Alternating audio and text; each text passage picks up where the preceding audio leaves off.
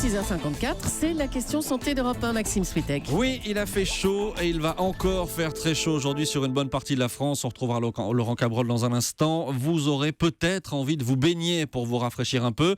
Mais attention à l'hydrocution. Bonjour Dr Kierzek. Bonjour Maxime. L'hydrocution, qu'est-ce que c'est exactement ? Je ne vais pas vous dire qu'il ne faut pas vous baigner, mais il faut vous baigner doucement et rentrer progressivement dans l'eau parce que c'est un choc thermique, l'hydrocution. C'est ce qu'on appelle, en termes un peu compliqués, une syncope thermodifférentielle. Bref, plus il fait chaud dehors, plus votre organisme est au chaud, avec une longue exposition solaire par exemple, plus la différence de température avec l'eau, l'environnement aquatique, va avoir des conséquences parce que vos vaisseaux et votre système cardiovasculaire va devoir s'adapter. Et si vous rentrez trop vite dans de l'eau trop froide, eh bien vous risquez un arrêt respiratoire, voire un arrêt cardiaque. Alors on comprend qu'il faut être prudent et y aller lentement. Quand j'étais petit, on me disait par exemple de ne pas aller me baigner juste après avoir mangé. Est-ce que ça a un quelconque rapport ? On devait avoir la même grand-mère, parce que ma grand-mère me donnait le même conseil en disant attention, après manger, il faut la période de digestion. Alors il n'y a pas vraiment de preuves médicales ou scientifiques disant que la digestion augmente la température corporelle, mais il est conseillé après une longue exposition solaire, après une activité sportive intensive, parce que là, la température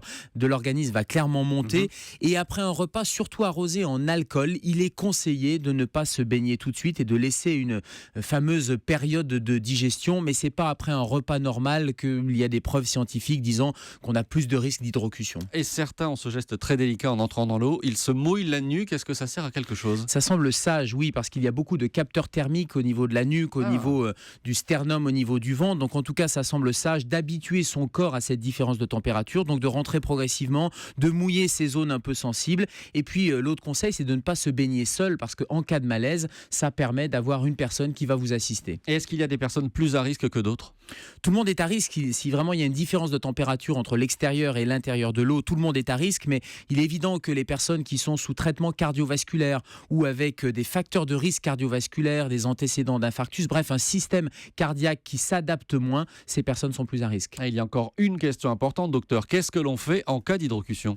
On sort de l'eau, ça veut dire qu'il faut repérer rapidement les signes précurseurs, ces signes d'alerte. Si vous avez des maux de tête, si vous avez des crampes, des simples démangeaisons ou des tremblements, le premier réflexe vraiment c'est de sortir de l'eau avant que les choses ne s'aggravent. La question santé d'Europe 1 tous les matins avec le docteur Kierzek. Merci Gérald.